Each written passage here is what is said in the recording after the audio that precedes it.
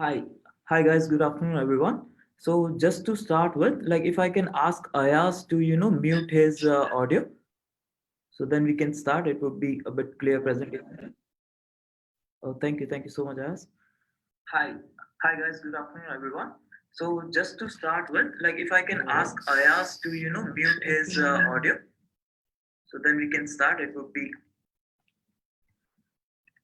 perfect.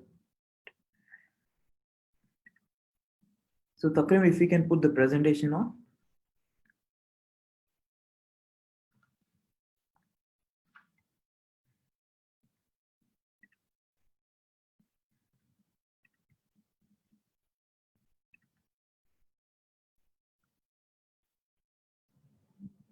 Right.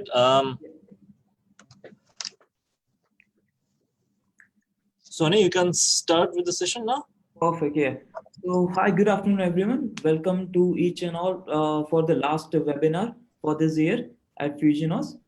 Today, the main agenda for this webinar is to, what do we say?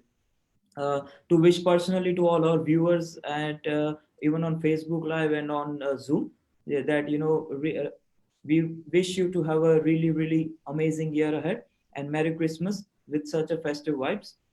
So we all know that this year hasn't been that great for everyone, and even for the migration point of view, when you see, like, since last 2 3 rounds there hasn't been any invite, and even the invites what it used to be in January, February, March round, and since then the invitation round for not only for few popular occupation like accounting, IT and all, even for all the other occupation, invite hasn't been there. So we wish that in the next coming years the invitation round goes back to normal, and each and all of our viewers can would meet the eligibility requirement and get their invite very soon. So today's agenda for the webinar is that we will be discussing few popular occupations. Then we will be giving all the updates for each of the state. We would be discussing NSW and Canberra occupation for 190 and 491 visas well in detail. In other states, we will give the requirement, the basic requirements, so that you can, for this period, when from December, you guys can consider which option to meet for the next year. So that only you are a bit prepared for the next year, like what step you can take, because this is the main division in which most of the clients visas and all are expiring in Jan Feb, so that you can utilize this 1 or 2 month to identify what option you guys can go for. Along with that, we would also be discussing few popular options for accounting, IT, engineering gets, that what occupation they can delve themselves in, and how they can meet the requirements for getting an invite for 190 or 491 visa for each state. In the end, we would be having Q&A session. So to all our viewers on Zoom who have added us on a Zoom meeting, and to all the viewers on Facebook Live as well, if you have any query, you stay with us for half an hour, and then our Mara agent would be assisting to take queries of each of us. And in the meanwhile, if you have any query, just text us on the Zoom link or comment on the Facebook Live, and then we would be assisting with Q&A session as well. So Takreem, our senior consultant, would be starting off with the requirement criteria for 491 NSW. And then later on, we'll be covering for ACT and other state as well. Right. Over to you, First of Takreem. all, I think my video is off, right? Can you hear me? You can hear me clearly? Yes, Takreem. That's perfect. Okay, that's fine. If the audio is fine, then we can start off. Right. I hope everyone can see the slides.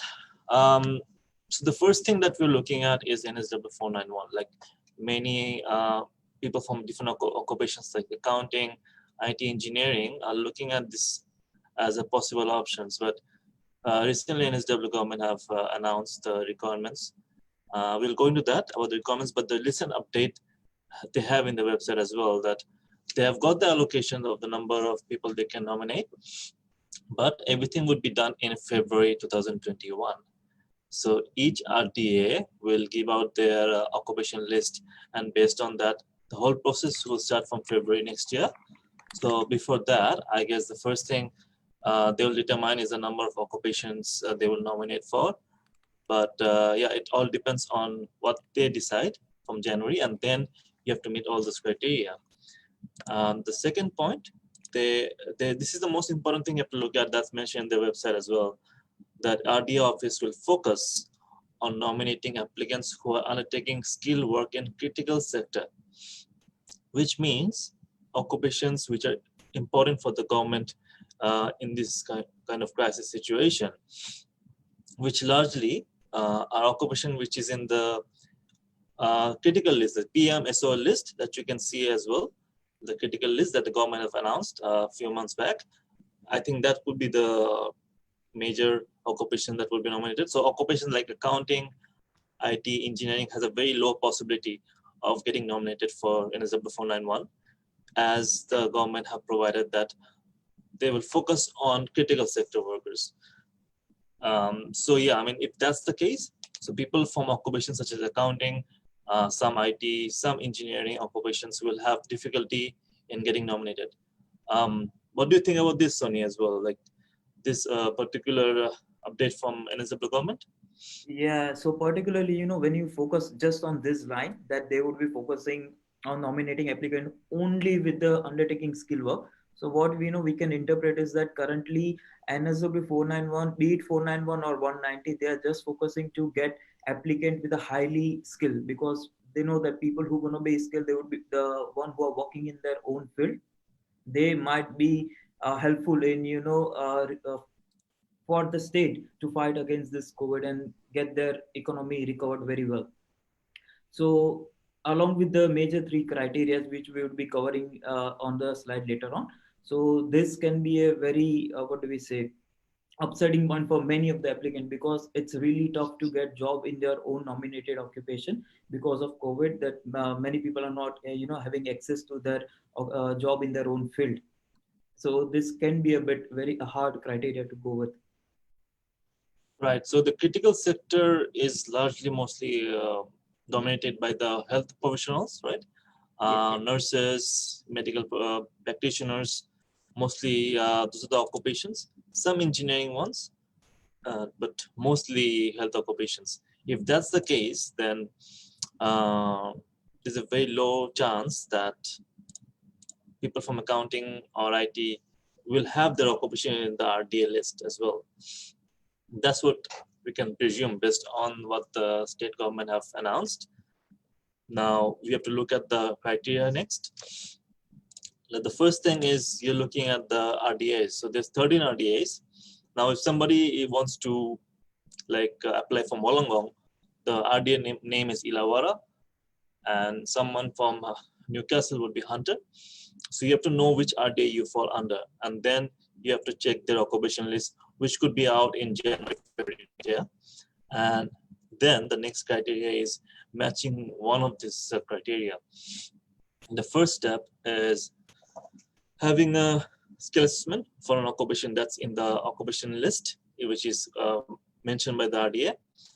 Step is living there for 1 year and working there in the same field for 1 year as well. And it has to be in the closely related occupation. So it can be, if somebody is in accounting field, that can be something to do with accounting, which is also similar. So something like that, but ideally has to be in the same occupation field. And that has to be for 1 year. That's the first criteria for the NSW 491. The second one is largely anyone who is finishing their degree or finished their degree in one of those areas. For instance, for example, Illawarra is falling under Wollongong, right? And you're studying at University of Wollongong, and Illawarra has your occupation list. So if you finish your occupation study in a occupation which is in that list for 2 years, then you are obviously qualified to apply for 491 after your degree finishes. So there is no experience requirement for this part. But you have to be living in that area as well. You can't be living in other areas. The next one is job offer. There has been some confusion, and we at FusionOS and with our migration agent and many other migration agent has discussed about this offer, because it's not clear yet as to if people from outside NSW can only apply for this one. But yeah, I mean, when it comes when it comes to priority, they prioritize people from other state for job offer. What do you think, Sony, about this particular criteria? Yeah, so as we saw on the day when NSW 491 was announced, at that time it was people living outside NSW, and then there was an update coming, a day after or two, that they will consider people living outside NSW regional. So when you add that word regional, that means if you are even staying in Sydney city area, but if you still can manage to have a job offer letter in your nominated occupation from NSW regional, from the RDA in which your occupation is open, then you still are eligible. But yeah, as you say, the priority would be can be given to the people working in other state, like living in other state, who can have an access to the job in their own field in NSW region.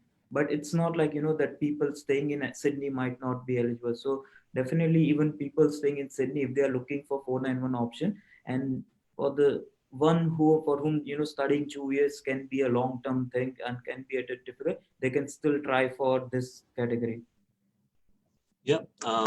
So if that's the case, then you have to look for a job offer in that particular area. So you have to wait for the RDA to give the list first, and then you can decide. Yeah. Now, if you are interested to apply for this, first of all, you have to be qualifying for this NSW 491. But the second thing is, what are the steps towards it? The first step is you have to check RDA once they announce the occupation list, and check if occupation is in the list, in any of the RDA list. If it's not there, then you're no longer eligible for applying for NSW 491. The second step would be moving to that specific area and start living. Let's, for example, if some IT occupation is there in one of the list, or civil engineering occupation is some of the list. Let's say it's in Orange or Dabo, and then all you have to do is start living there and looking for work there. So you have to start moving there and start looking for jobs. If you don't have jobs, then you have to look for something when it comes to study. So that also depends on what kind of courses are there in the regional area, and is that occupation in that list as well. The next step is looking for job in your occupation as well. I mean, that's something that you have to focus on. But people who is currently on student visa and not under full working right visa like 485, it's a bit difficult to find job without prior experiences. So if you're somebody from IT or engineering, you have to build your network and find ways to get a job there. First of all, you have to see if there's job available in these areas, and then once you qualify for one of those criteria, you apply for 491 NSW. So that's pretty much the whole list. And if you're looking to study, now we are focusing mostly on students who want to study in regional as well, because if you have to look at job is not guaranteed. But if you study for 2 years there and get a PR under 491 in the long run, that's like a more logical plan. So if people are looking to move to those areas, these are the universities and colleges offering courses in NSW regional. So what kind of degrees could be suitable for you? When do you start? What kind of fees? For all those details, you can book a free consultation with us. And we'll yeah. So I'd like to add here, Sakrin, that as you rightly said, that for those people who don't have a full working rights, because the third category is to have the one with the job offer letter. They need to have a full working right job offer letter. So if your visa doesn't allow you to, go for a full working rights, then in that case, definitely it would be suggested to finish a 2 year study from there. So while doing that, even if you are staying there for 1 year, because as you would be studying there, you would be living there as well, so you would still be meeting the first criteria as well, if somehow by that time if you find work in your own field.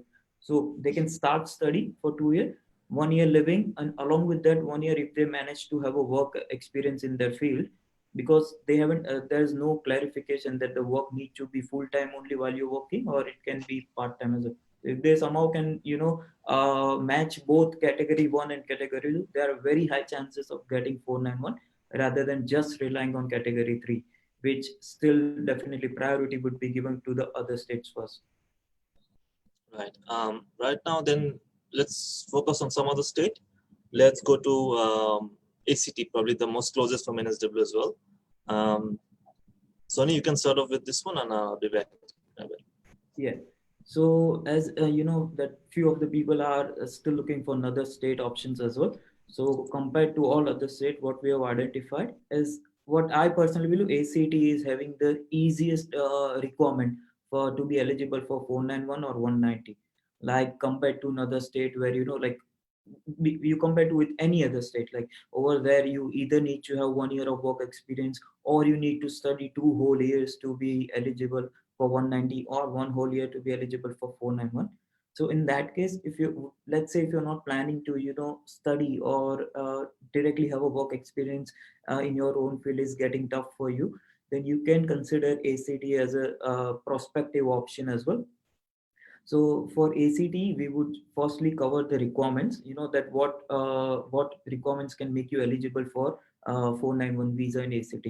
So first thing is that definitely you need to have a valid skill assessment, because as you everyone would be aware of, for 190, 491 or 189, you need to have a skill assessment ready, right? So first in this, let's say if you haven't got your skill assessment ready, first thing is that work on it and get your skill assessment positive anyhow, right?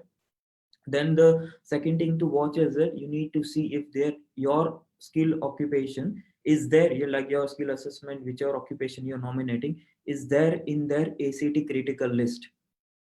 So ACT critical list, they have recently updated that which are occupations are there in their own list. So if your occupation is there, then only you are eligible for 491 or 190. So the first thing is that you need to check if your occupation is there.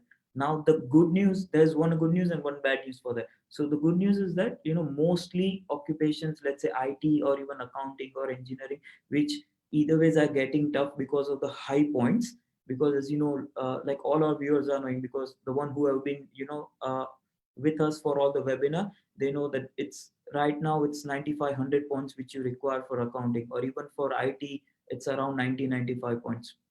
For engineering also it's 90-95 points. So if those points are a bit tough for you to achieve straight away, then definitely you can think of ACT as an option, because the ACT critical list, those occupations are open, and if your occupation is open, then ACT can be a good prospective option for you. Then once you notice that if your occupation is there, which as I said, accounting, IT, engineering, healthcare, nurses, and all those occupations are there, you can contact us, which you can easily see that on website. Just type ACT critical skill list, and there's a whole skill list available there on the website. Then you need to meet the requirement, as you need to be residing in ACT for minimum 3 months before submitting an EOI. So as I said in the beginning, like, to meet the requirement of other state, as you have to stay there for 1 year, study for 2 year, or study there for 1 year of work. ACT is having the minimum requirement, that is just residing ACT for minimum 3 years before submitting an EOI. So while you're lodging your EOI, you need to be living there for 3 years. So for people who are planning to be eligible for that, who want to get 491 from ACT or 190, they can stay in ACT, reside there for minimum 3 years. And you also have to meet the work requirement. So work requirement, when you see, even that is not that tough, because over there the work requirement is minimum 20 hours a week. So this solves problem of many of our viewers and clients who are still on a student visa, right? Because student visa, as you are aware of, it gives you an access to only 40 hours fortnight or 20 hours per week, if you can interpret that way. So over there for 491, only 20 hours work is required, that too for 3 months minimum, so 13 weeks when you go translate to a week. And that work can be in any occupation, it doesn't need to be in your occupation. So if it's tough to get a job in your nominated occupation, then you can definitely go for this one, because over there the requirement is not in, in your nominated occupation only. So this work can be any occupation.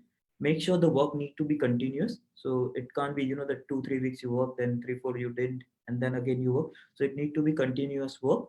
And the other criteria is that your employer need to be in ACT for last 1 year, he should be operating there. And in this, if you're not getting 20 hours also with one employer, you can work with two employer. One employer you can do 10-12 hours, then the other one also you can do 10 or 8 hours. You still would be meeting the criteria. There's one good news over there in this metric, is that if still it is tough for you to get a job from ACT employer, the work can be counted in a self-employed way as well. But for the self-employed, the catch is that you need to be earning minimum $500 a week, right?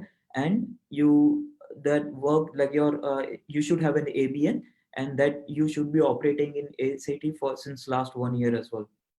So those are the requirements for ACT 491. So have a look. If your occupation is open, then definitely you can consider ACT as an option. Even for many IT grads, accounting, and for other engineering RN stuff, as I said, occupations are open in the list. So if your occupation is there, you definitely can consider this as an option.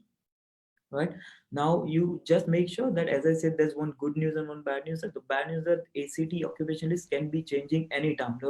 It wouldn't be fixed for long term. So the thing is, this occupation list can change. So let's say right now the occupation is still there, but in future it might change, and then the occupation might be or might not be in the list. So that is, it's very volatile if you see the list. So that would I would like to say. And just make Sorry. sure. Yeah. Yeah, I want to just share the occupation list just for people to see. Yeah, that would be really helpful. Yeah, thank you, Doctor. You can see the sales and marketing one as well, as some of those occupations have less spaces. Like for instance, construction project manager itself has 15 places, and this is per month, right? Each month they can get nominated. Yes. So if you think about that way, some occupations like construction project manager or accountants, if they have 10 places per month, then roughly in a year would be 120 is the number of seats they have, right? So yeah, I mean, if you're lucky for accounting, ACT could be an option you can look at. Though the competition would be high, but better off moving there than staying in NSW, right, for accounting. And some other occupations, a lot of occupation which doesn't have, which is not in the main list, but still in this list. So something we can look at. Engineering is there, some graphic designer, some of the other occupations there as well. So yeah, this occupation I think has remained pretty much constant, right, till last 2-3 months. Yeah. Sony? Yeah, since last, once they announced this in on 26th of August. So since then they haven't changed it. Now, as of now, the invite round for next week, when I checked on ACT website, as they say, the invite can be before, like it's on or after or before 1st of January. Since last October, they haven't announced any. So they, if the, all our viewers and all can stay for a while, and once the new list or once a new update is there, and just have a look with the list. If it's there, definitely ACT can be a very good option for 491 or for 190. Yeah, so we will go back to the presentation now. So yeah. Now the other catch, as I say, that you won't be eligible if you are under these three list one. So if you are an overseas applicant, they are closed for overseas applicant for 190 as well and for 491 as well. For if you have a partner who is migrating with you, is dependent on your case. If the partner is living in any other state, let's say if your partner is still in NSW or WIC or any other state. But if you are in ACT, then you won't be eligible. Your partner need to be living with you as well, right? And if you're just staying there shortly for ACT just to meet the requirement and then moving back, even that won't fulfill the requirements. So make sure you're not under any of those three, because in that case your eligibility would be very weak.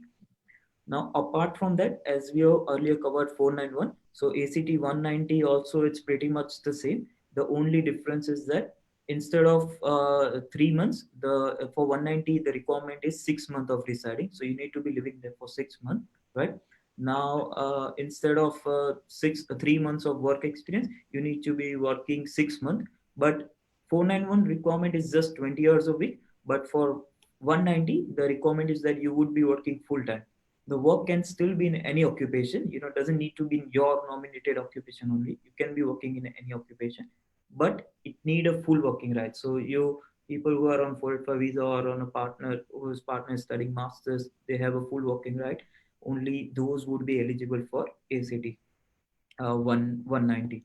Now there are pretty much few ways we can cover, in which you can increase points where that you'll be much more eligible to get an invite. So those ways are it should be pretty clear that whatever matrix point which we follow for NSW or WIC or something, when for the point calculator system, it's not the same for ACT. ACT have their own matrix point. So over there are no points for age. There's no point for NATI or no points if you're a single, or then you straight away get 10 or something like that. It's not like that. They have their own metric system. If you have any query, you want to see that how many points you are on that metric system, or how you can gain few points under that metrics, feel free to drop us a text message. As all of you are aware, we all year round we are doing free consultation. We don't charge for the consultation. So what you can do, you can just drop us a text message on our Facebook page. You just drop us a hi and your contact number, and our consultant will reach out to you, and we can finalize a appointment date, whether if you are flexible to do it over a call, over a Zoom, or if you want to come to our office, you're always welcome. So just drop us a message, and then we can see not only for ACT, any other state requirements and all, if you would be meeting, or what you should be doing for a step towards your PR. So to increase the ACT points, uh, for this thing, let's go with the invite round, right? So as I say, why I was saying that 190 can be a good option, because let's say we have seen, right, 190 for all the states, like since last many rounds they haven't invited, but still for ACT the rounds are still going on, and there have been pretty good number of invites. When you see, even in September, 24th September, 147 people were invited to 190. So every month, the good news is that they don't have just one round in every month. They can have two or three rounds, 2 rounds every month, right? And now the new round is going to start from Jan. That's what according to their website I can say. And the minimum points who are invited for 190, it's still 65. So even that points is not that huge that you would be finding it really tough to meet the requirements. So for 491 also, since last two rounds the invite hasn't been there, but since September October rounds there has been pretty decent number of invites for ACT. And then if we see like which occupations have been invited, so on the next slide we can see that which occupations have been lucky enough to get an invite under.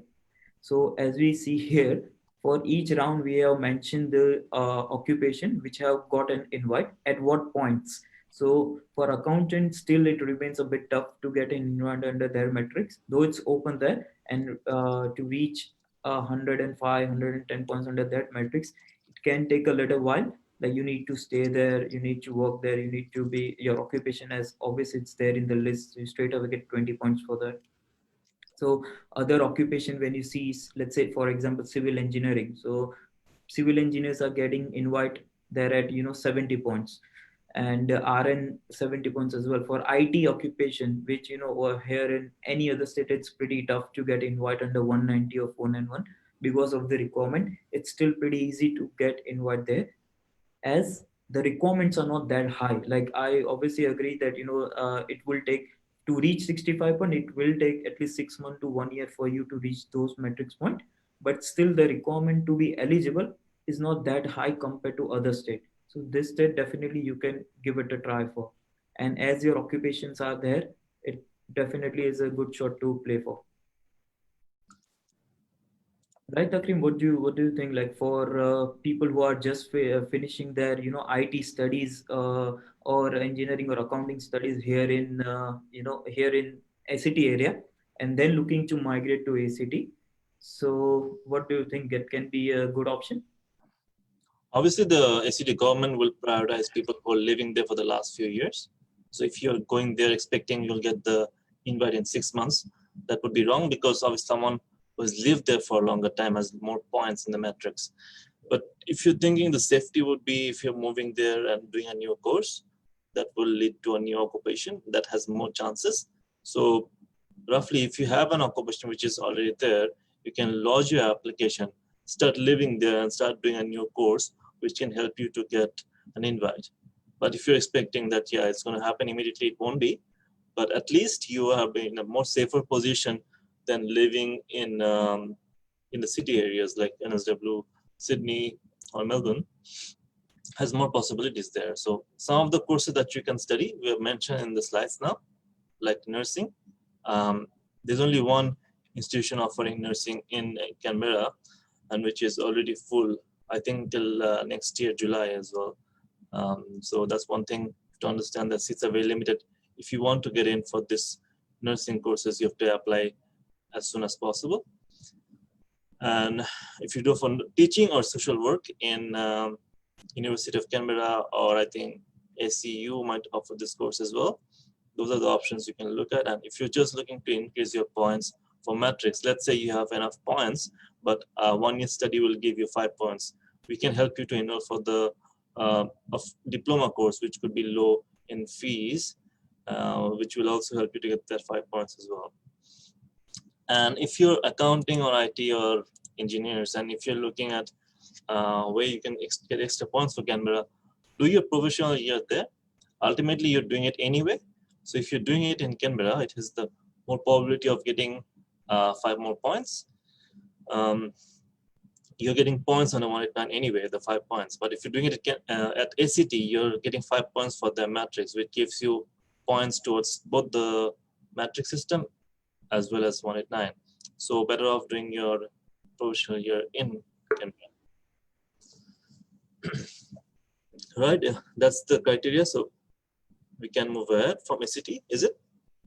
Yeah. So as you rightly said, for any grad who are graduating, let's say from Sydney or Melbourne, and who are looking to start PY, but as of now, if they don't have a job in their own occupation, so to be strongly eligible for 190 invite or 491, I would definitely suggest to do your professional year there in ACT. Why? Only because the thing is that would be considered as study in Canberra. You will get 5 extra points for that as well. apart from 5 points which you're getting for PY and their main, the scoring system. Apart from that, once you stay there and work there, you would be increasing your point system as well. So by an end of the year, you can easily hit 65, 70 points if you are staying there and doing your PY there. So for any grads who are graduating, let's say in the Sydney city area or Victoria or something like that, Melbourne, so definitely you can consider if your occupation is open. Just have a look if your occupation is in the list, and then you definitely can have a look for this system. As well as you can see some of the occupation which is in short-term list, right? Something like financial investor or something like that. If something like that comes in the list, and if you can qualify for that one and apply from there, even better. So definitely there are some good scope for people moving to ACT in future, but you have to understand the earlier you move, the better it is. If you're waiting for making a decision as to when you're going to move there, by that time probably will be too late to apply. Right, so let's move ahead for the next one. Yeah, Sony, you could go over with all the state updates. Yeah, so now what we'll be discussing, as we have in detail covered NSW and ACT this one requirements, we would still give you a glimpse of what all other states requirement are, and then we can consider if you think that you would be meeting those requirement, then definitely it's a pretty good decision to go to that state and start fulfilling the requirement, so that by the end of the period you can still receive a nomination under 190 or 491. So when you see for Victoria, the requirement is that you are employed in Victoria under an occupation of health and medical research. So any occupation which is highly skilled under health or medical research, and if you are employed for last 6 months, then which is helping Victoria for an economic recovery against this COVID thing. So that meets the eligibility requirement for 190, and it's the same requirement for 491 as well. So Victoria can be a good state if your occupation is under health or medical research. If your occupation is under relevant to those field, then Victoria definitely can be a good option.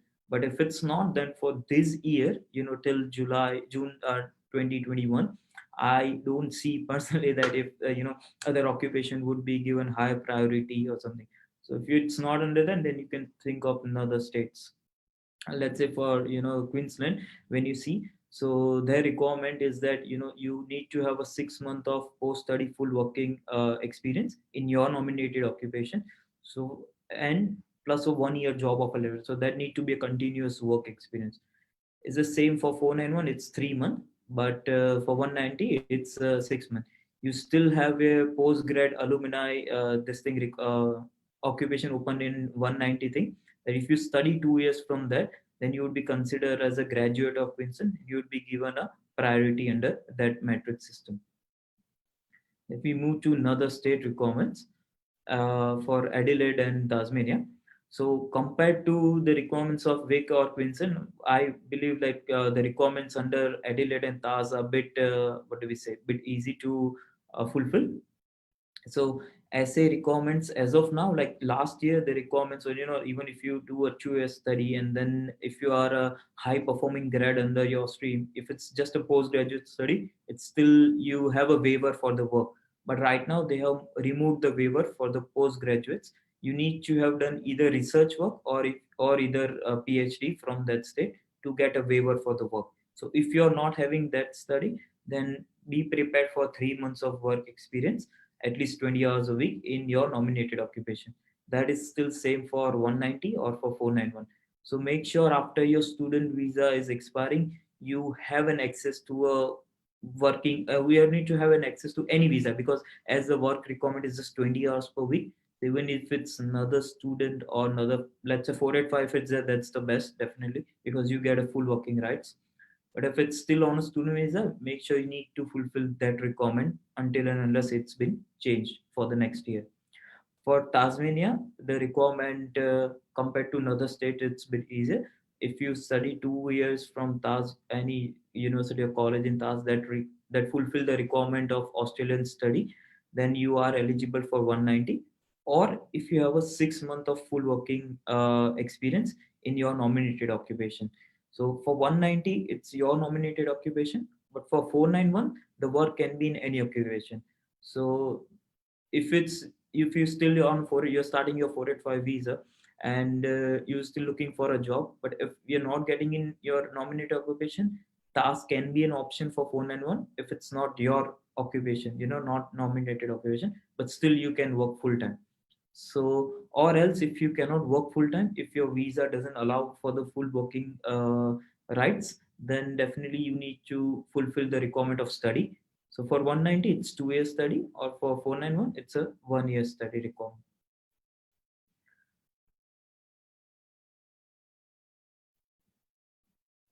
So for the other two state, we would cover NT and WA. So NT, the thing is earlier as even NT was following the TASIC government of just 2 years study, but then they have few changes in that after 2 years study, you need to have a visa that allows you to stay in NT for 6 months continuous while holding a full working right visa. Or, and in that case, it makes sure that you neither you nor your partner is on a student visa at that time. If it's the case, then NT cannot be a good option for to fulfill 190 requirement. And or the other option is 1 year of your work experience in your nominated occupation. And for 491, it's 6 months of full working experience in your nominated occupation. So if you're getting that, then still after study, that can be a option to look for. But make sure you have a full working rights visa once you finish your study. Now when you see for Western Australia, they have the two different stream, like one is the grad stream, one is general stream. So if you plan of studying, then you can do a 2 year of study, and then you need a 6 month of work experience or an employment contract to meet the requirements for 190. And for 491, it's either 1 year of work experience or 1 year of employment contract. But this I we at Fusionos, we all believe that it's gonna change soon or something, because today also we were trying to access WA website for 190 and 491 requirements, but we were not able to have an access. So maybe they would be renewing the requirements. So if you're planning for this, then wait for a while and see what the requirements settle, and then you can decide which state to move for your PR option.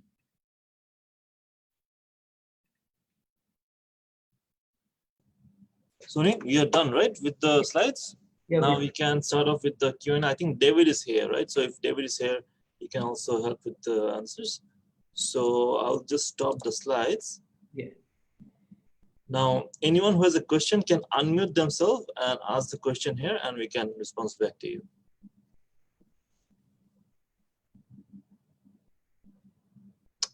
Is there anybody who wants to start with the question?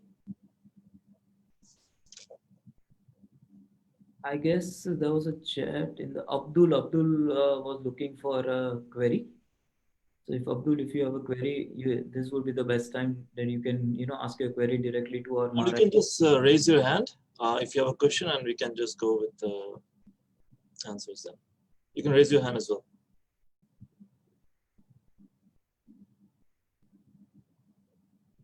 All right, let's first take from a question from Facebook Live. So Harmandeep, there's a query from Harmandeep Singh. So what he is asking is that, what about if I'm working for an NSW employer, but he doesn't have an office in ACT, but my boss is subcontracting in the ACT company and work starts in ACT only. So if his query, what I interpret is that if he's working for an NSW employer, but still it's there in ACT, would he be able to, eligible, would he be meeting the requirements? yeah, David, are you there? Hello? Yes, David. If Sonny, if you could just repeat the question and tell David. Yeah. So David, there's a query from Harman Singh. He's asking that, what about if I'm working for an NSW employer, but he doesn't have an office in ACT, but my boss is subcontracting in the ACT company and work starts in ACT. So that means he's working there in ACT. He's going to work there, but the only issue is that his employer is an NSW employer. His employer doesn't have an office there in ACT. So would he be meeting the requirements? Would he be eligible for ACT requirements? I think this question is involved two issues. One matter is because it's a subcontract, and because the original company doesn't have the office in ACT. So if all the payslip everything is goes through the original company, which is based in New South Wales, and they just traveling to. So basically, you can interpreting actually the staff is traveling to ACT for working. In that case, it's not, you cannot be fulfill the requirement. Another scenario is if that company, which is a subcontract with the ACT company. So from the payroll side, which is showing actually the payroll is directly from the ACT's companies to the staff. So in that case, then you can using the ACT's requirements. Yeah. I guess Herman, that solves your query. And another query from on our Facebook Live is from Ziddi Gujar. So Ziddi Gujar is asking that if I do a master's in social work in NSW regional, then what are the chances for 491 visa? So if he's doing masters of social work from NSW regional. I think that for the social work is pretty stable at this stage for the migration, either 190 or 491.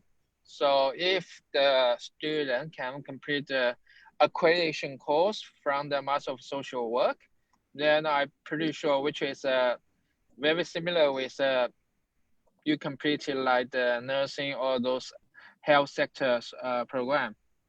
Yeah. Yeah, and then he's just adding another comment under that. He's saying that what are the assessment criteria for social work if I completed 4 years study from Australia? Still, I need the IELTS for the assessment, or I already have completed masters in accounting and now doing a masters in social work. I guess that's a confusion between teaching I, and yeah. I think AASW doesn't have the the language exemptions, same as like teaching. So pretty much like for the student when they finish a master, then they need to have IELTS 7 to meet the registration requirement for the social work. Yeah. Perfect. So one thing, Vicky has a question in chat box. So Vicky, is it possible to unmute yourself and ask the question directly to us? Yes, I can do that. Yeah, what's the question? Yeah, so my question was that that my course is finishing in the month of February next year, 2021. Yeah. And my visa is expiring on the month of March. So I've got like 1 month time for my TR. So what would be my best option? So to apply for my TR pathway to PR. So you have done Bachelor's of IT from Sydney? Yeah. Yeah, I'm doing my Bachelor's of IT in Victoria University. All right. For instance, if you want to go for IT, first of all, you have to look at which occupation in IT you're going for, because in IT, there's a number of occupations, right? So you have networking, you have analyst and software engineering. So you have to choose which occupation has more chances. And that you can, and then if you do your professional year is compulsory. So for professional year, if you want to claim additional points, you can do your professional year in ACT, right? And then from there you move ahead. A 2-year study in regional will definitely give you extra chance, because right now, even if you get professional year, your NATI, your PTE done, the maximum points you can have is 90. Right now it's 95 points that's required for getting invite. So in that case, to get the extra 5 points for 2-year study in regional, doing your 485 would give you that option. Okay, so that's the better option for me for 190. Yeah, so staying in Sydney, it's a bit difficult for you to get, unless you get a job in Sydney in IT. It's quite impossible to get your PR within your TR. You probably have to wait to go to another student visa, wait there, So it all depends on two things. Depends on your PTE score. And the second thing, it depends on your prospect of getting a job in your field. So if you don't have either of these chances, you probably have two options: moving to the regional area, which has the easiest possibility. The other option is changing your occupation completely. Instead of going for TR, you also have an option. Then you can apply for another master's course in a different occupation, which can lead to a new occupation and has a more prospective chance of getting PR.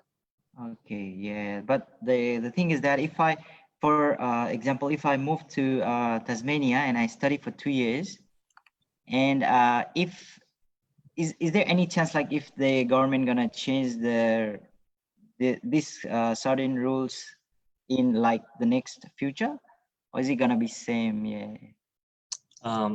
One thing you have to look at for Tasmania is that for the government to get anybody an invite, they're looking at the occupation as the main criteria. So even if you study for 2 years, if your occupation is not their priority, then there is a chance of getting invite. Being eligible doesn't mean you're getting invite. So you have to also consider studying something which is in the priority list for the Tasmania. Okay. Right? So not something in IT or accounting. You probably have to go for something in health occupation or community service, which can also, because when you're applying for Tasmania, you have to submit a career plan as to what's your goal of how to prosper from 491 to 191. And if you're setting a career in community service and healthcare, those have jobs in Tasmania. You can't tell the Tasmanian government that I am IT graduate, there are a lot of IT jobs in Tasmania. The government knows there isn't. So you have to give them a realistic chance of getting you the, the invite. All right, I got it. Yeah. All good? Okay. Yeah, all good. Thank you so much. So in our Zoom chat, we can see Ankita and Alran Pinto, both of them have the query. So if they can unmute themselves and ask, so our Mara agent or senior consultant can help you, to solve your query directly. Hello, Ankita? Yeah. Hi, just wanted to know about the NSW 190. I have my skill assessment in developer programming, which is also in the critical list. But I'm in 85 points without job experience. Just wanted to know what are my chances. So your occupation is social work, is it? IT is in developer programming. Or developer programming, right? That's your occupation, right?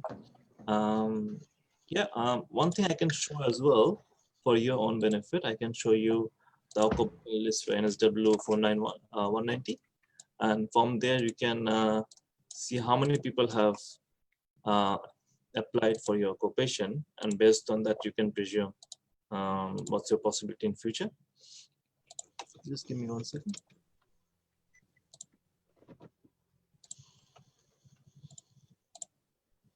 Right, so your occupation is developer programmer, right? Yes, that's correct.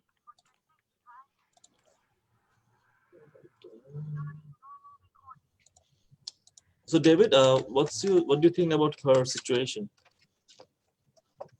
Sorry, I didn't catch the whole conversation. So, you mean for IT developer programmer? Developer programmer. So 85 points? Yes, 85 points. It's in terms of regarding 190 or 189? 190. 190. So you don't have work experience? Yes. Okay, because I think for 190, for the state government, which is they actually they put in priority for the people who actually have the work experience.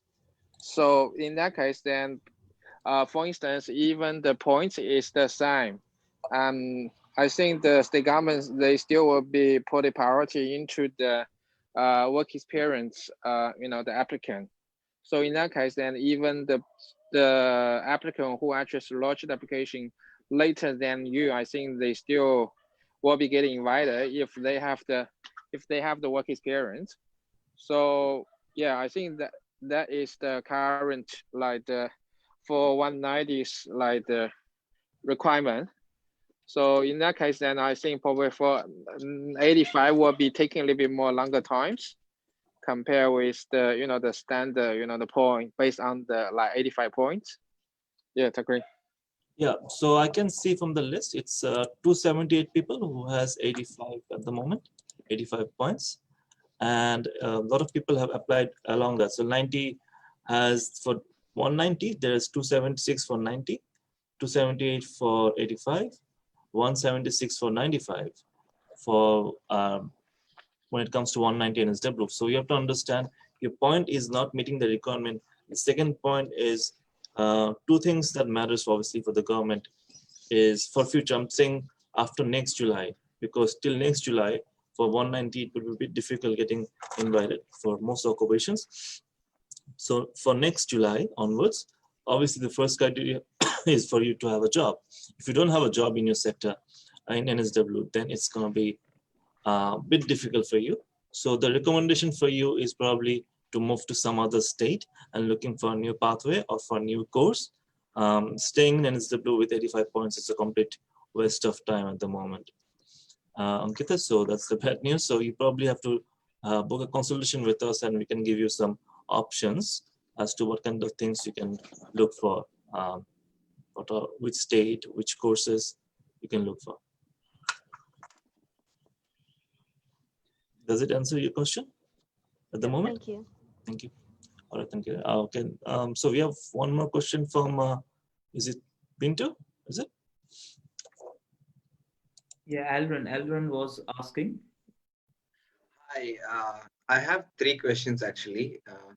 Firstly, for the 491 visa, is it requirement to like once you get the invite after you're eligible for your occupation, after you meet the, like if your occupation is on RDA list, you get the invite, you meet all the criteria, you have to be living there for 3 years and then you can apply for permanent residency. And after that, also you have to be living there for 2 years in regional Australia, or it's only 3 years in total? David?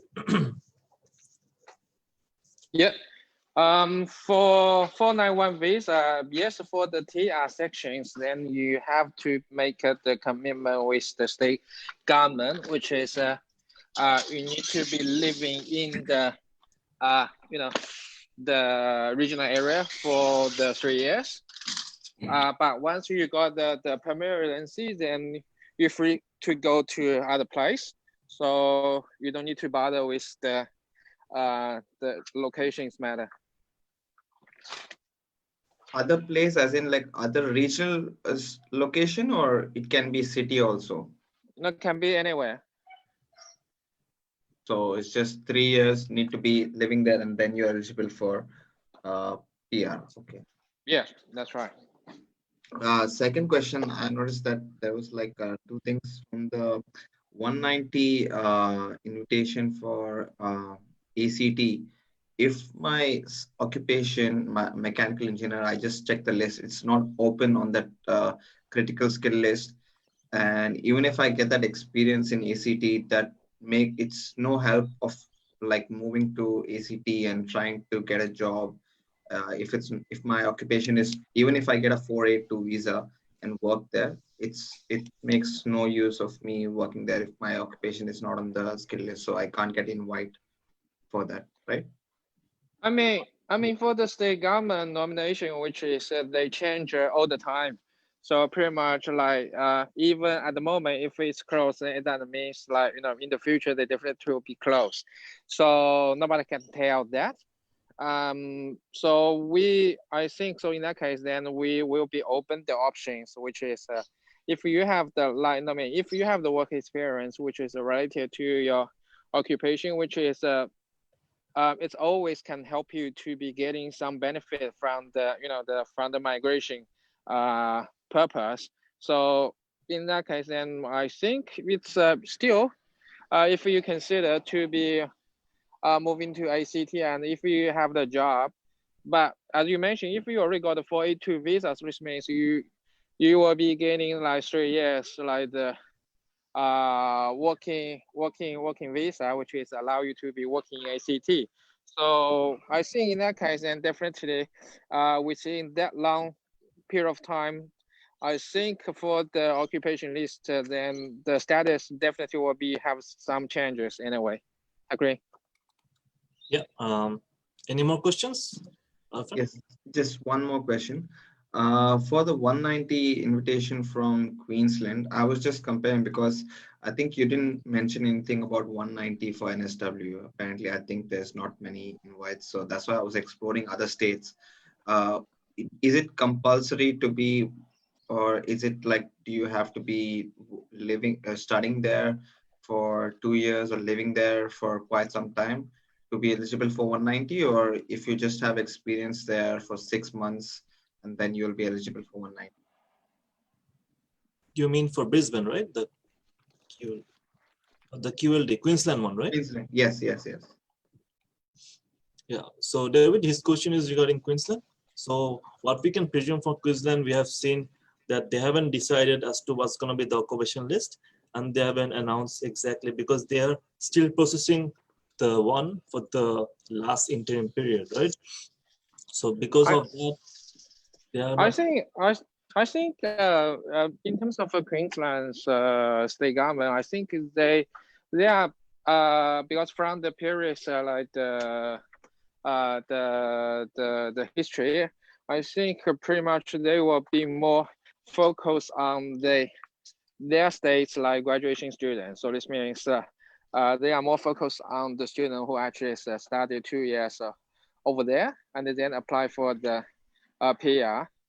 So in terms of that, then I think, yeah, most likely it will be quite similar with the, with the previous like, background. Yeah, agree. Yeah, that's it. Is there any more questions, Alvin, or you're good with all the answers? Yeah, I think that's about like, can you mention anything about the 190 visa for NSW? Is there like, Yeah, have the there reason been we any didn't invites? mention that one is, sorry for that. The reason we didn't mention for that one is it's not clear yet. There's specifically I've mentioned that they're nominating people from occupation for ICT, health, and some of them like that, but they're not having the same criteria as before, right? They don't have the full occupation list where you have to either work for that or it doesn't have to have a work. So unless then the government give the final update, we can't really comment on that. All good? Okay, then there's some questions in the Facebook as well. So Sony, if you could just pass this question to David as well, some of the questions in the Facebook. Oh, good, oh, good. Yeah, so there's one comment from what's with that fan. Is asking, hi, I'm currently having 95 points for 189, and the occupation is accountant, and he's in Sydney. So my student visa with 20 hours work limitation will expire in March 2022, and this is already used 485 visa. Now, should my partner and I move to Wollongong or ACT now and apply for a student visa for the best chance of 190 or 491? And which course should I go for? Or should I stay in Sydney and wait until 2022 so I'll be getting 100 points then with my 3 years of experience?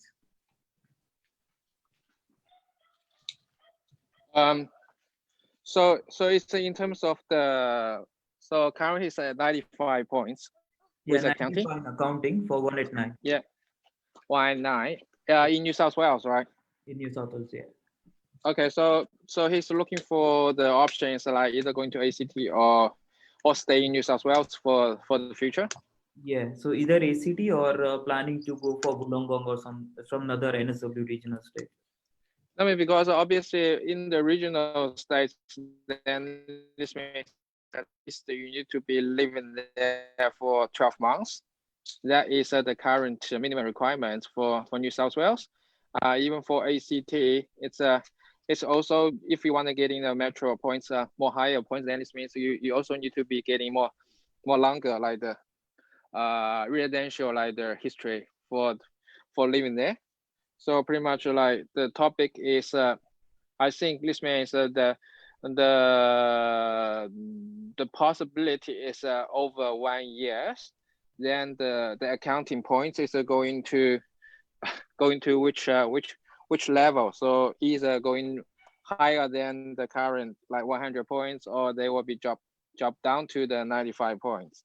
So I think either of this is kind of be possible, but obviously I think 95 points. The applicants need to be a little bit more patient, and obviously if you have very like if you put in the PR option as the priority. So in that case, I may consider or may suggest actually you probably going to the regional area, but I think that the target, like the time frame, at least is about one year to 2 years times. So if you 95 points, if we go into the regional, going to the other states for at least between 1 to 2 years, I think at that time your points definitely will be higher than other accounting like student. So that I think in that case, then we need to have like the detailed like consultation with I think either Takuri or Sony, is regarding the future study plan. It's not just like the one suggestion or two suggestion can be solved the problem. It's because we need to base on your current like the financial or current overall situation to be set up the the study plan. Yeah. Yeah, thank you so much, David. Now, there's one more comment from Sujan Silval. So, Sujan is asking that I'm studying Bachelor's of Accounting in NT, and I was wondering what are the requirements to be eligible for 190, and am I finishing? And he's finishing the study in November next year. I think that at the moment 190 is quite similar each other. So yeah, if like the student can finish the degrees in NT, then they are eligible to apply for the 190. Yes, yeah, because as 190, they just need to have 6 months of full working visa after finishing their study. So I believe as the student is doing the study there for bachelor's, they will lead it for 485 visa. So yeah, very good chance. Now, one more comment is from Ali Khan. Ali is asking that, hi, my occupation is civil engineering with 95 points for 189 and 100 points for 190. I'm currently waiting for my student visa as I've already used my 485 visa. So can you please tell me when is the best option for me when I can get my EOI in 189 or 190? Like when can he get the invite under 189 or 190? Civil engineering, 95 points in 189. I can show the slides for the Excel, which can show all the figures, which can give them an idea as to what's the break dates. So just give me 1 second. Yeah, I guess only very good chances of getting invite very soon, because last time I checked, there were not plenty of application at 95 in civil occupation. So I'd say very soon. It's just that the invite should be, the round should be pretty good enough. Like on that it should be around 500 invites and all come. Then definitely very good chances of getting very soon. So yeah, you're talking, is it the civil engineering, right? You can see the slides, right? Yeah, we all can see. Thank you. Okay, just give me 1 second.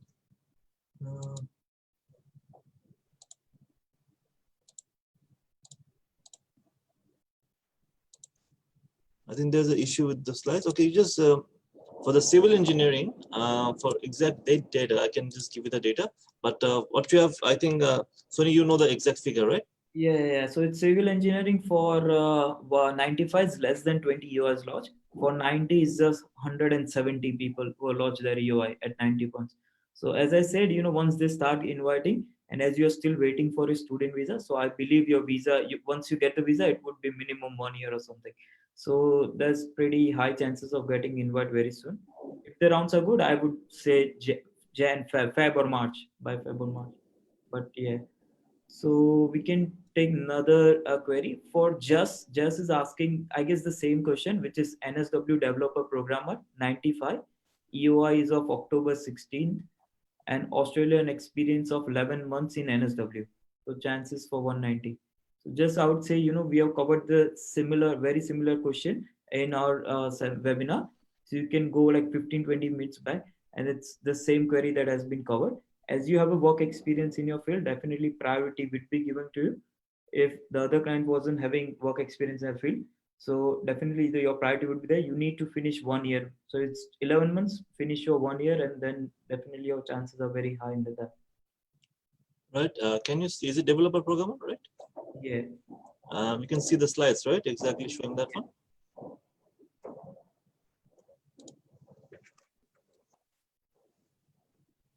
Yeah, is it the same occupation that you're showing? I guess we all can, right now it's freeze on the accounting one. Okay, then I have to just change it because I have that open with me. So I'm just going to show you that one. Can you see now, or is it still the same? Yeah, we can see now. Thank you. Yeah, so for developer programmer, as you can see, the number of EY submitted, it's pretty high for 95 points. So if somebody has at least 95, have a good chance. Anything less than 95 for 190, it's going to be very difficult at the moment. So yeah, is there any more questions from the Facebook Live?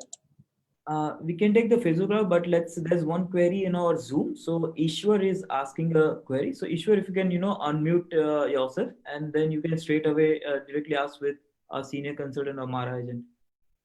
Yeah, hi. Thank you so much. Yeah. So I currently myself and my wife both are working in Sydney with Bank CBA, and we will be completing both 1 year experience by January end. So both of us having 9 years of work experience, and we are actually looking for.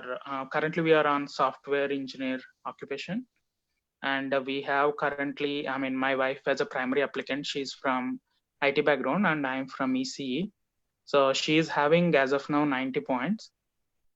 So just I don't know, like, is the NSW state sponsored visa is the best option, or is there anything else we should be opting, because we are not sure. And also I heard recently the PT is increased their cutoff to 84. I'm not sure if it will have any impact on the overall points in terms of claiming, because we had to lodge our ACS because we're just waiting for the 1 year completion. So not sure whether we can go ahead with ACS lodgement or we should wait for 1 year and then take it from there. David? Hi. Yes. Yeah, if you can call this query.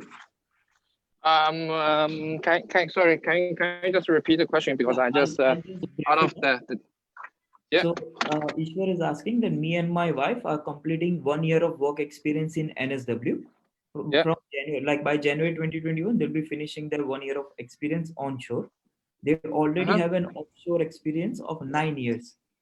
And okay. They are currently on 482 work experience visa in Sydney. And they're working on, like the main applicant who is the wife, she's working as a software engineer occupation, and they have 90 points. So what are the probability for NSW 190? And which would be the best path you can suggest? I think based on their work experience and also the background, I think probably 190 is possible. But obviously, because I think for New South Wales, they still getting quite slowly for the sending out the invitation for all kind of occupation. So it probably will be taking a little bit more longer time. So yeah, I think at the moment they still, I think as they have work experience and also with the ACS occupation, I think it's still got a good chance. But it just will be take a little bit more longer time than expected. Yeah. Now I hope Ishwar that covers your query. Yeah, that's true. Actually, one last question is in the same line. So, I mean, is there anything we can actually opt for regional or any other type of our global talent program, which kind of like fast track a little bit, or like the only path is only 190? We need to wait and go with 190. Right, so let me interrupt on this part. For 190 and 491, all occupations occupational is the main thing, right? For 491. So Yes. unless you know which kind of state is offering nomination to software engineering, right? Then you can decide on those ones. But at the moment, if you have 90 points, right now, if you have 95 points to 100 points, you have a good chance. But if you don't have an experience in NSW as a software engineer, then chances are lower. So the waiting would be a bit longer for you. But if you're looking for some other state, first thing you have to look at is the occupation list. And second thing you have to look at is which state is giving more invites. So we can also wait for that. We can't just know that at the moment. We have to wait for next year, I think February, March, to know exact details on that one. Okay. Yep. Thank you so much. One last one is, can we lodge our ACS, or we need to wait for 1 year work experience completion in NSW? Because as I mentioned, by June 29th, we will be completing 1 year work experience in Sydney. So can we lodge our ACS now, or we need to wait for 1 year completion and then only lodge our ACS? You can apply without the 1 year, as long as they qualify you as that occupation is counted towards. It's always recommended that you have the 1 year first and then apply. Okay. Then apply for ACS, but that will give you a letter showing that yes, is saying that it's a 1 year completed already. Otherwise, what NSW government will check your details, and they can also verify that one. But yes, recommended to do it after 1 year, but you can do it in advance as well. Okay. Yep. Thank you so much for clearing all my doubts. Yeah. So on Facebook now, there's one query from Sia.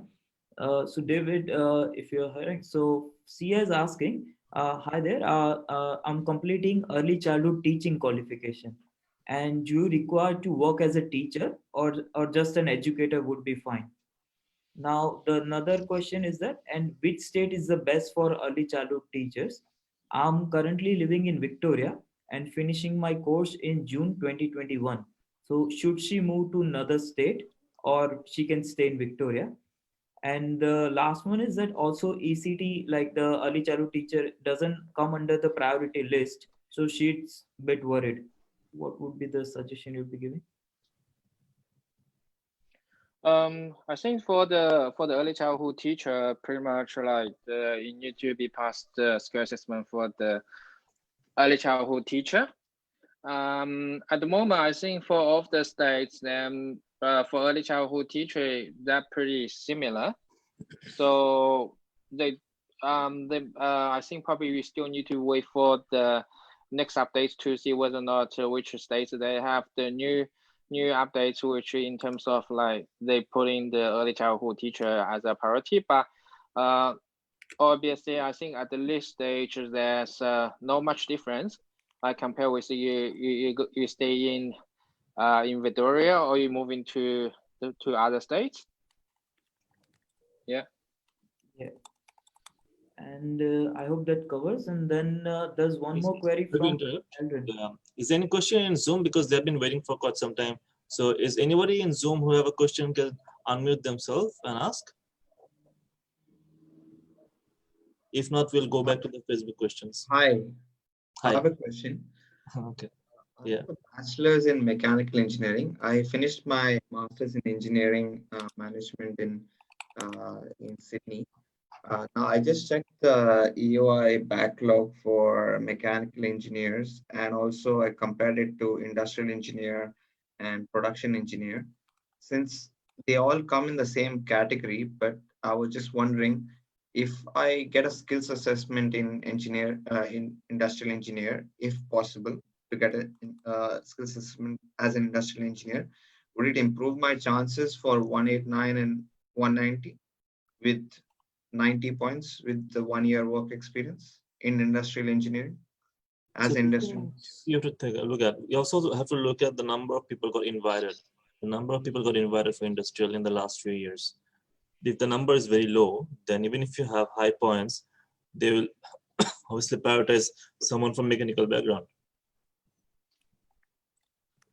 You got my answer? Yeah, okay. So it doesn't matter if there's less people on the backlog for industrial or production. It depends on how many people have been invited as a mechanical engineer compared to production or industrial. Yeah, definitely.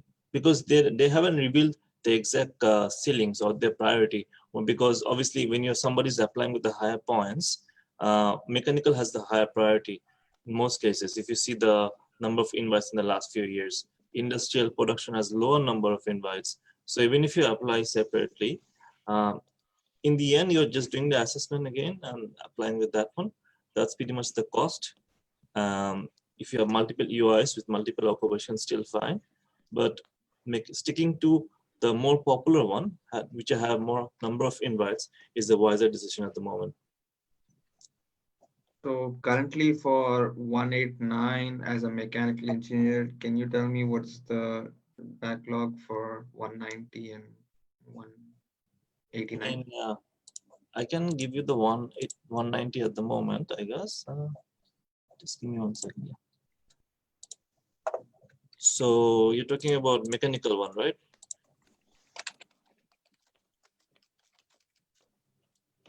So if you go for mechanical, to look at this one as well, a number of people who got in the last 1 year.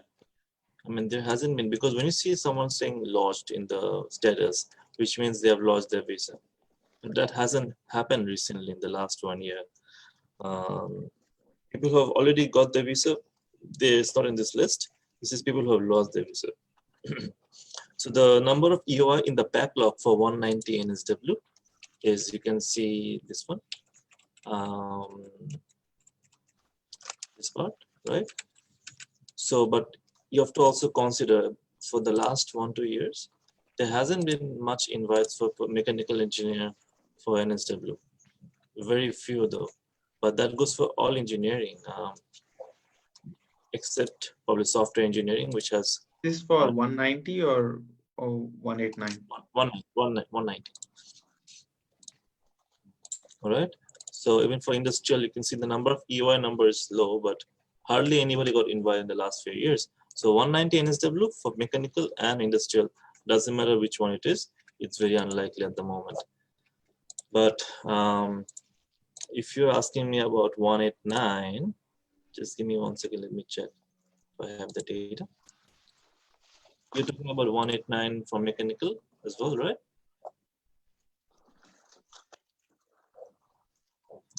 You there? Yes. Yeah, so 189. All right.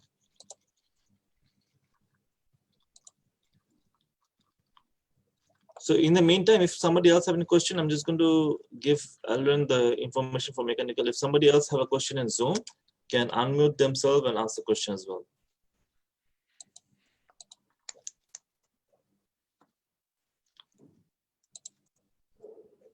There's one, what do we say? One query from Andres. So David, if you can, take this query in the meanwhile. So the query is like, do you see accounting being taken off from the skill assessment for all work visas anytime soon? I think at the moment, the accounting is already moving to quite high points. So pretty much like for most of the students who actually they currently doing the accounting, so they already be aware actually it's gonna be a tough like occupation to to apply for the permanent residency. So in that case, I don't think they're gonna move out the occupation from the list because I think because in the past couple of years, then so too many people to study the accounting, but obviously due to for some reason and not too many people when they complete the migration and they still continue for the accounting job. So that's why I think in that case then they getting more stricter for the accounting occupation at the moment. So but based on the current point, then I think they probably not to remove the occupation from the list. So they still be keeping accounting on the list continue. Yeah. Yeah, I hope Andres that covers the query. So if anyone else on our Zoom who was having query, they can unmute themselves and directly can ask to our Mara agent. Hi, this is Kalpana. I just had a query. I did my master's in professional accounting, but as it's been already clear that there's not much scope there. So I'm on my TR, and I did a diploma in community services, which is specialization in case management. So what can be the pathways to PR in community service or social work background?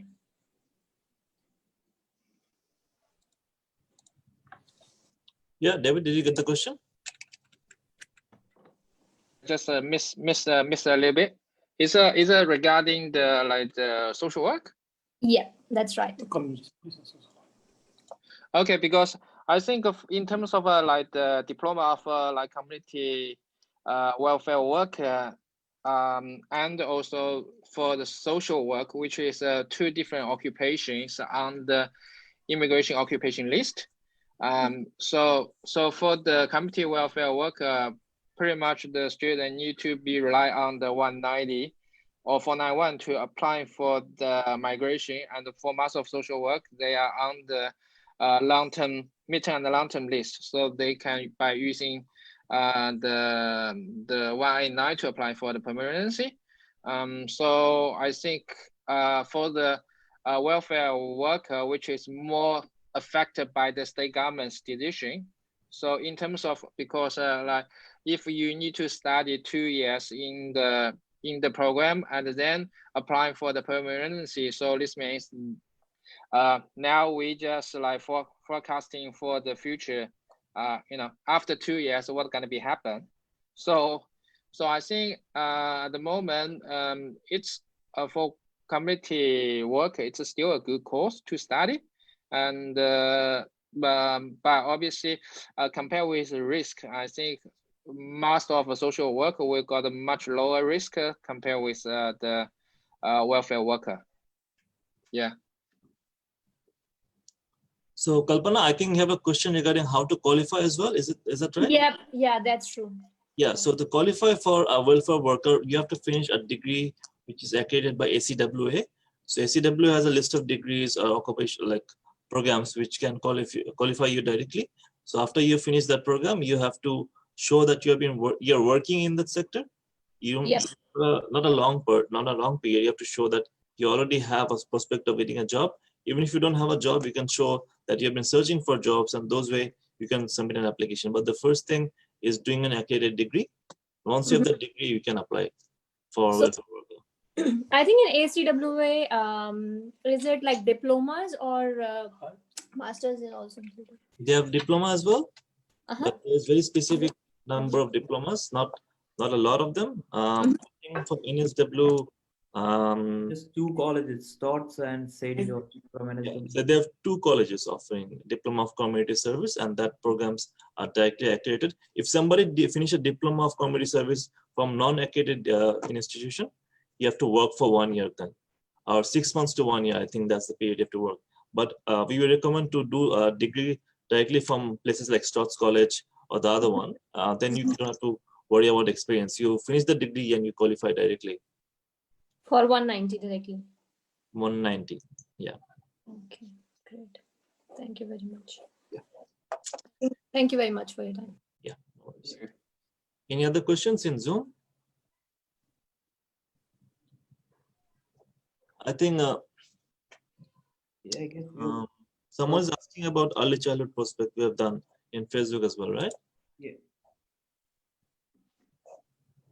For the other queries, what we would recommend is, if you can, because on a webinar, because of the limited time, we can cover, few queries only. But if at all to any viewers who are watching our video after the time, or if any of the viewers who are currently there, but they want to book a free consultation, so we would recommend just drop us a hi on our Facebook Messenger page and just drop your contact number. So one of our consultant will reach you out. We will finalize a free consultation time for you at your own convenience. So whenever you're available, we'll book it on for even for a phone consultation or a Zoom, or even if you want to have it in the office, so we can do that as well. So just drop us a text message. We can right now see there's few queries coming on our Facebook as well. So they are dropping us a message. You can just drop us a message, and then on Monday onwards, we'll be getting back to you. And then we can do a one-on-one free consultation in which we can cover whole case in detail. Like on Facebook, we can just sort out the query, but on free consultation, we can even give you further options to be eligible. So I recommend that would be the best way to go for it. Yeah, one last thing. So Elrin actually asked for the mechanical one, right? So Elrin, are you there? Yes. Yeah, so you can see this is for 189, the number of EOI laws. So if you can see that people with 90 points and 85 points has a very high number, but 95 and above has less EOI laws. So the chance of getting EOI with 95 is obviously the priority. The number of people lodging with 90 points or within the last 1 year. So these are people who have already got invites? Yeah, these people got invited, but they have lost their visa in the last 1 year period. So this 90 and 85 was not recent. It was probably in the last 1 year. We can't know the exact date, but they have lost their visa as well. Oh, so until these guys get their 189 or 1989, they won't be issuing more invites for people with But 90. if someone's status is invited, which means they got invited in the last 2 months, right? Last few months, but they haven't lost their visa. So I think the number of is very low. I don't know, it's going to be less than 20, could be any number. It could be 0 to 20. So it could be even 1 to 20, not 0 to 20. So this is the number. So some people even got less than, with less points, but this could be confusing for people. But you have to understand that some people have lost from offshore as well. There could be few people got invited. So it could be misleading, but the figure is so low, you can't make any prediction based on that. What I am saying is, because the number of people for 90 points is pretty high, you probably have to get 90, 95 to have any chance at the moment. Just imagine if they're clearing out this, the 95 they were clearing out soon, and then they'll start 90. You have to wait for a long time if you have 90 points.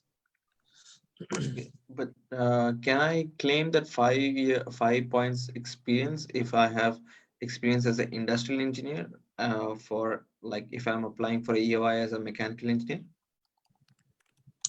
You can apply as look, that's for industrial engineer, right? That's a separate thing.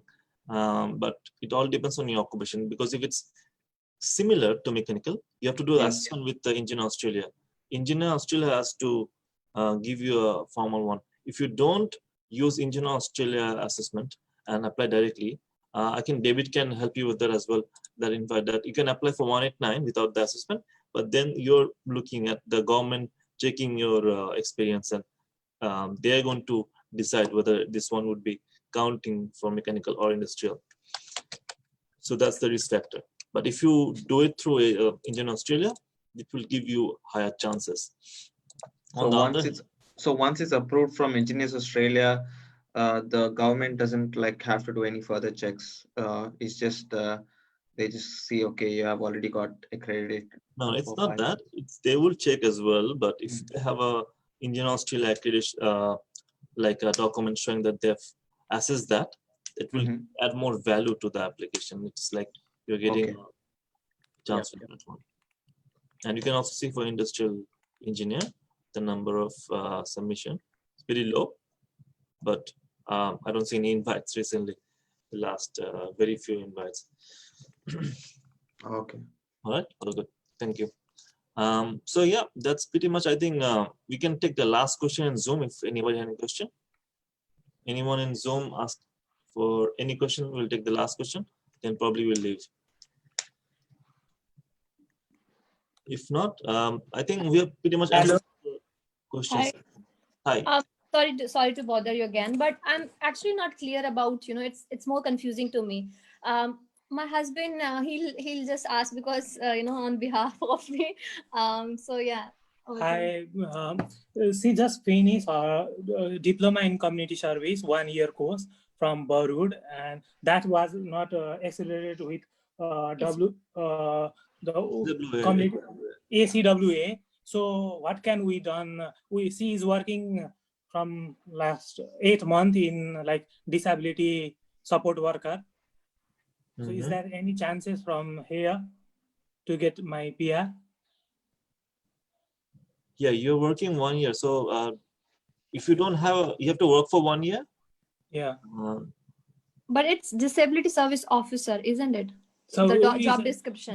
we are working in as a support worker, so it's like a little bit upper position, or like we can this experience we can show. For You have to match with the duties mentioned by the ACWA. You have to get that access from them. They have to check your experience, and based on that, so if you can book an appointment with us, we will check all your documents, and then we can help you with the ACWA assessment. Where but that has to be obviously a 1 year experience.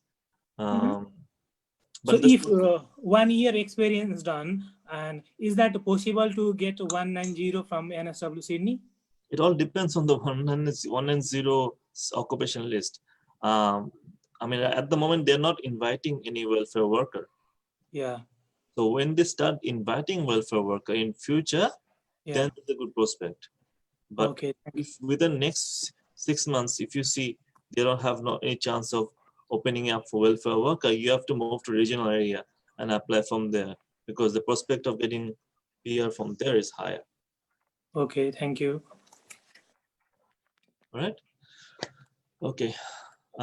Any more questions in Zoom, or otherwise we'll probably end the session, right? It's been more than 1.5 hours now. So probably we told on a weekend we are spending a lot of time helping you guys. But I guess if there's no other questions, we can end the session now. And anyone who is there who has questions regarding their situation, they can directly message us on Facebook or book an appointment through us. All right. Okay, then probably we'll end the sessions. Sorry.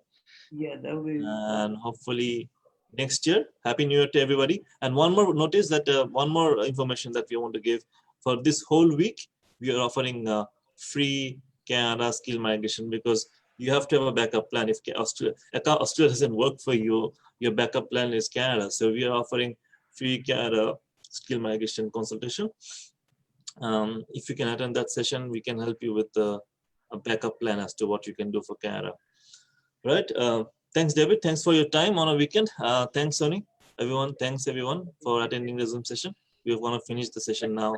And Happy New Year in advance to everybody, and I hope to see you next year. Happy New Year. Yeah. All right. Thank you. Bye. Bye-bye.